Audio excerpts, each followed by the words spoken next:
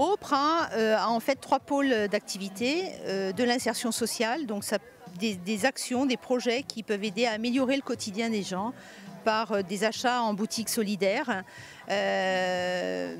par des ateliers pour lutter contre l'isolement, des gens qui se sentent un peu seuls, qui peuvent venir faire une activité de loisirs créatifs comme de la couture, du dessin, de la peinture. Voilà. Et puis on a un axe fort sur l'insertion professionnelle avec tout un pôle mobilité. Donc l'idée c'est de proposer à des personnes des parcours mobilité. À qui va avoir besoin de l'accès au permis de conduire, à qui va avoir besoin d'une location de voiture ou de scooter pour se rendre à une offre d'emploi ou à une formation.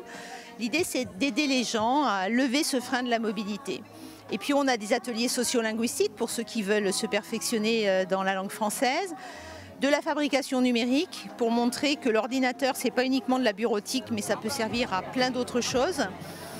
Et puis on a le 3e pôle, le pôle d'animation jeunesse, de l'aide aux devoirs, de l'accès à des ateliers de loisirs le mercredi pour les enfants, des actions collectives pour les ados pendant les temps de vacances scolaires.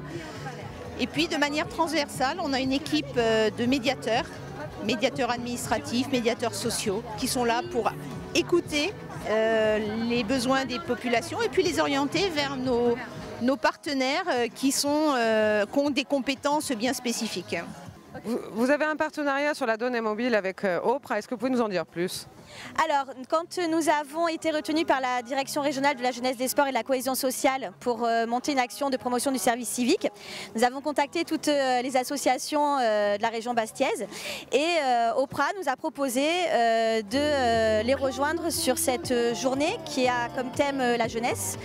Et donc du coup, étant dans une action de promotion du service civique, c'était vraiment la manifestation la plus adéquate pour faire cette promotion. Alors en quoi ça va consister exactement ce tour ? Alors nous allons traverser la Corse, nous rendre dans 12 communes dans lesquelles nous allons passer 3 heures à échanger avec d'anciens volontaires, des associations recruteuses, des organismes publics recruteurs et donc promouvoir ce dispositif de volontariat aux jeunes de 16 à 25 ans et jusqu'à 30 ans pour les personnes en situation de handicap. Et en quoi consiste-t-il ce système de volontariat ?